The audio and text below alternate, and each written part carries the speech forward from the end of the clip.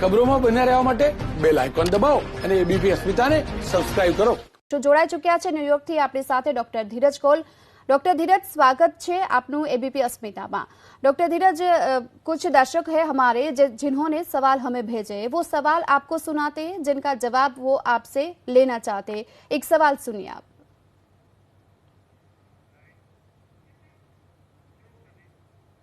Hello, my name is Akansha Shailesh Bhai Shah and we are strictly following the lockdown, and I would like to address a number of problems that we are facing right now.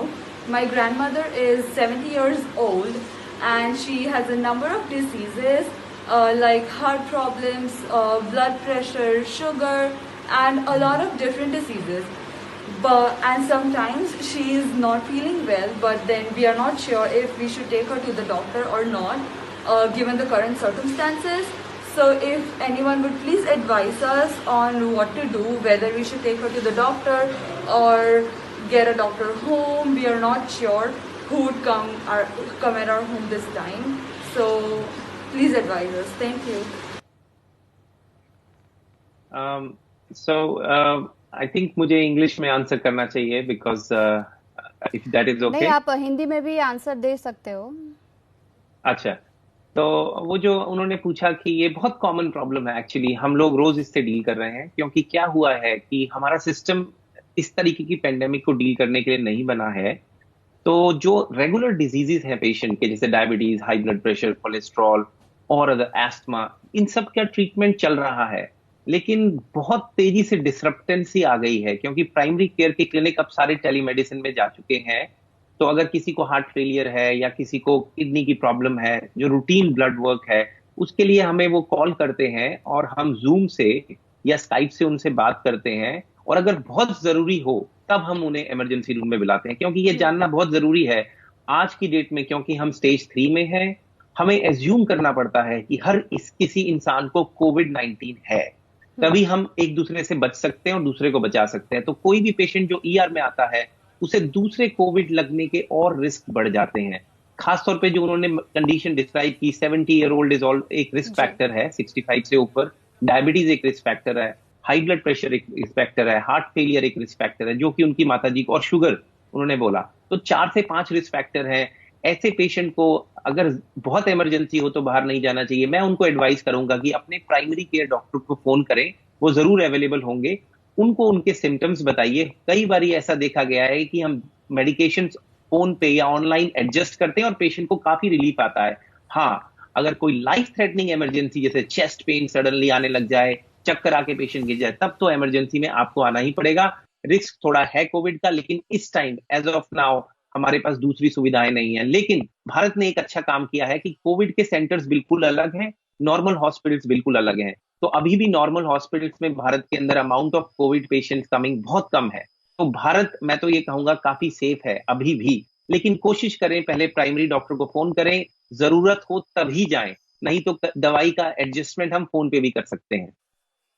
आइए दूसरा सवाल सुनते हैं. હું દીપ પટેલ, શુભલક્ષ્મી સોસાયટીનો રહેવાસી, વડોદરાથી વાત કરી રહ્યો છું. ડૉક્ટર સાહેબ, મને સવારે ઉઠું ત્યારે 2-3 છીંક આવે છે, ત્યારે એન પછી બપોરના સમય પછી છીંક આવતી નથી. તો શું શંકાસ્પદ ભયજનક કંઈ લાગી રહ્યું છે? जी डॉक्टर धीरज, क्या आप गुजराती में जो सवाल दिया है, क्या उसका जवाब दे सकते हैं? जहां तक मुझे समझ आया, वो कुछ छींक के बारे में बात कर रहे थे. उनका यही कहना है कि सुबह में जब वो उठते हैं तो छींक ज्यादा आती है, तो उसके अलावा उसको क्या करना चाहिए? ओके, तो ऐसे पेशेंट से सबसे पहले मैं तो ये जानना चाहूंगा कि देखिए, छींक आने के बहुत रीजंस होते हैं. एलर्जीज होती हैं, और आजकल सीजन चेंज है, अमेरिका में भी है और इंडिया में भी सर्दी. और ये कभी नहीं भूलना चाहिए कि जो नॉर्मल सर्दी जुकाम है, उसका वायरस भी बाहर है, वो गायब नहीं हो गई दूसरी बीमारियां, तो वो भी हो सकता है. लेकिन कोविड के सिम्टम, छींक भी एक है, बॉडी एक्स भी एक है, बदन में दर्द होना, फीवर आना, हाई फीवर आना, पसीने आना, और कई दिनों तक फीवर चलता रहता है, और साथ में गले में दर्द होता है, सूखी खांसी होती है, और कभी कभी देखा गया है कि डायरिया भी हो सकता है, चेस्ट पेन भी हो सकता है. सिर्फ छींक का पेशेंट अगर हमें बोले कि वो कोविड है, क्योंकि इस टाइम पेंडेमिक चल रहा है, तो मैं उस बारे में जरूर सोचूंगा। लेकिन अगर पेंडेमिक नहीं होता तो मैं कभी भी नहीं सोचता कि इनको कोई वायरस इन्फेक्शन है। ये ज्यादातर मुझे एलर्जी के साइंस लग रहे हैं। फिर भी अच्छा होगा कि अपने प्राइमरी केयर को फोन करें, और अगर कोविड का टेस्ट करा सकें, टेस्टिंग सेंटर चले जाएं और वहां पे टेस्ट करा लें। आपको आई थिंक भारत में अभी 6 से 8 घंटे में रिजल्ट मिल जाता है, वो एक अच्छी चीज होगी। और तब तक प्लीज अपने आप को कवर रखें, छींकते हुए कोनी से कवर करें, या फिर बिल्कुल मास्क मत हटाएं। मैंने कई लोगों ने मुझे फोन करके पूछा कि आप छींकते हुए मास्क हटाएं। नहीं, छींकते हुए अगर आप मास्क हटाएंगे तो दूसरे को इन्फेक्शन दे देंगे। तो मास्क का पर्पज ही यही है कि आप दूसरे को इन्फेक्शन ना दें। तो प्राइमरी केयर को फोन करें, और हो सके तो अपना कोविड टेस्ट करा लीजिए। और ज्यादातर मुझे लगता है कि कोविड के ये क्लासिक सिम्टम्स नहीं है, सिर्फ छींक आना।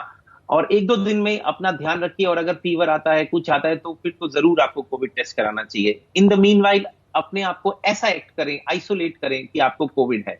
जी, बड़ौदा से जयेश जानी हमारे साथ जुड़ गए, आइए उनका सवाल सुनते हैं। હું Jayesh Kumar Jani Pushpak township refinery road ઉનેરાથી બોલી રહ્યો છું। અમારી સોસાયટીમાં એક ક્વોરન્ટાઇન કરેલો કેસ છે જે ઘણા દિવસથી ઘરમાં જ છે। હવે મારો મનમાં એક જ સવાલ ઉત્પન્ન થયો છે કે અમારી સોસાયટીના ગેટ પાસે એક મકાન આવેલું છે।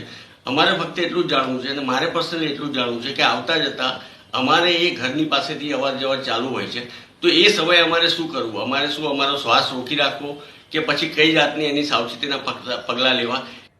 डॉक्टर धीरज, सवाल ये है कि उनकी जो सोसाइटी में एक व्यक्ति को क्वारंटाइन किया गया है, वहां से वो लोग गुजर रहे हैं, तो किस प्रकार के प्रिकॉशंस इन लोगों को रखने चाहिए वहां पे गुजरते समय? हाँ, ये कॉमन प्रॉब्लम आती है सोसाइटीज के अंदर, और मुझसे कई मेरे फ्रेंड्स ने इंडिया से भी फोन करके पूछा है। तो इसमें हम एक चीज बिल्कुल रिकमेंड करते हैं, जिस व्यक्ति को क्वारंटाइन किया गया है उसे घर से बाहर नहीं आना चाहिए, नंबर 1। नंबर 2, उस व्यक्ति को हमेशा अपने मुंह पे मास्क रखना चाहिए, घर में भी, क्या कि ताकि दूसरे सदस्यों को ना लगे। और हो सके तो बिल्कुल अलग कमरे में रहना चाहिए, अलग बाथरूम में यूज करना चाहिए। और अगर जरूरत पड़े, एक ही बाथरूम हो, कि एक बेडरूम अपार्टमेंट है जो कि इतना कॉमन नहीं है, अगर सिर्फ एक ही बाथरूम है तो उसको डिसइंफेक्ट करें नल को। और हर वो चीज जिसपे इंसान का हाथ लगता है, जैसे हैंडल, डोर नॉब्स, उनको दिन में कई बार उसके फैमिली मेंबर्स को डिसइंफेक्ट करना चाहिए, ताकि उसको ना लगे और फैमिली मेंबर्स को भी ना लगे। और हो सके तो इस इंसान को फैमिली मेंबर से अलग रहना चाहिए, बिल्कुल अलग कमरे में, अलग ही खाना खाना चाहिए। कुछ दिनों की दिक्कत है, लेकिन आप दूसरे को भी बचा लेंगे। अब आते हैं आपके सवाल के ऊपर। तो ये जो इंसान है जो कि उनके घर के पास से पास होते हैं, पहली बात तो अगर वो इंसान अपने आइसोलेशन को बिल्कुल फॉलो करता है तो इनको बहुत मिनिमम रिस्क है, बहुत मिनिमम रिस्क है। लेकिन फिर भी एक्स्ट्रा कॉशियस होने के लिए फेस पे मास्क डाल के जाएं। वैसे तो भारत सरकार ने अभी तक कानून नहीं बनाया है कि घर से मास्क डाले बगैर निकलना गैर कानूनी है। अमेरिका में कई स्टेट्स में ये कानून बन चुका है, इंक्लूडिंग कैलिफोर्निया। तो ये मास्क डाल के निकलना बहुत जरूरी है इनके लिए, मास्क इनकी रक्षा करेगा। और अगर हो सके, अगर ज्यादा बिल्कुल क्लोजनेस नहीं है तो मुझे लगता है बिल्कुल सेफ है।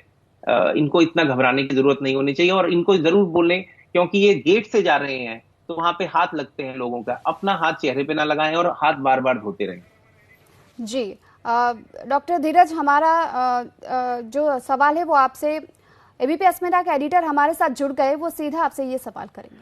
डॉक्टर धीरज, कई लोगों के फोन्स आते हैं कि घर पे बैठे हैं, मेंटल स्ट्रेस रहता है और परेशान हो रहे हैं, लॉकडाउन आगे भी बढ़ा, ऐसे में कौन से कॉम्प्लिकेशन हो सकते हैं लोगों को और किस प्रकार से उससे बाहर निकल सकते हैं? धन्यवाद रौनक जी।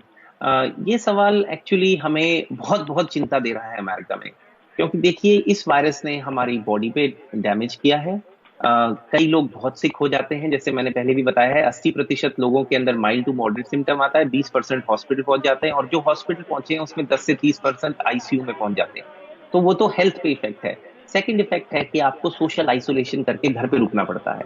उस वजह से इंसान के अंदर काफी मानसिक तनाव देखने में आ रहे हैं, क्योंकि कई लोग बहुत सोशल होते हैं, वो बाहर जाते हैं और मैटर ऑफ फैक्ट अपना स्ट्रेस रिलीव करने के लिए भी दोस्तों के साथ बाहर जाते हैं, मूवी देखते हैं। अब आप कुछ नहीं कर सकते। तो ऐसी जगह जो भारत, जिसमें बहुत लोग ज्यादा सोशल हैं, वहां पे मानसिक तनाव आने का बहुत बड़ा रिस्क है। और अमेरिका में आज की डेट में सरकार ने 1-800 नंबर, टोल फ्री नंबर जारी किया है, जिसमें आप खुद फोन कर सकते हैं अगर आपको तनाव लग रहा है, या आप अपने फैमिली मेंबर के लिए, अगर उनके लिए आप चिंतित हैं कि उनको डिप्रेशन है, या उनको तनाव है, तो उसके लिए भी उनको फोन कर सकते हैं। तो ये बहुत जरूरी है। एक बात और देखने में आई है कि जो घर का सदस्य सबसे कमजोर होता है, जैसे बच्चा या हैंडीकैप या वृद्ध, उनके ऊपर अमेरिकन सोसाइटी में ये देखा गया है कि उनके ऊपर निग्लेक्ट हो रहा है और अब्यूज भी हो रहा है, क्योंकि फ्रस्ट्रेशन लोग एक दूसरे पे निकालने की कोशिश कर रहे हैं। क्योंकि हमें ये देखिए कि 3 हफ्ते से 4 हफ्ते से भी ज्यादा समय हो गया है, काफी टाइम हो गया है, लोग घर में बंद हैं।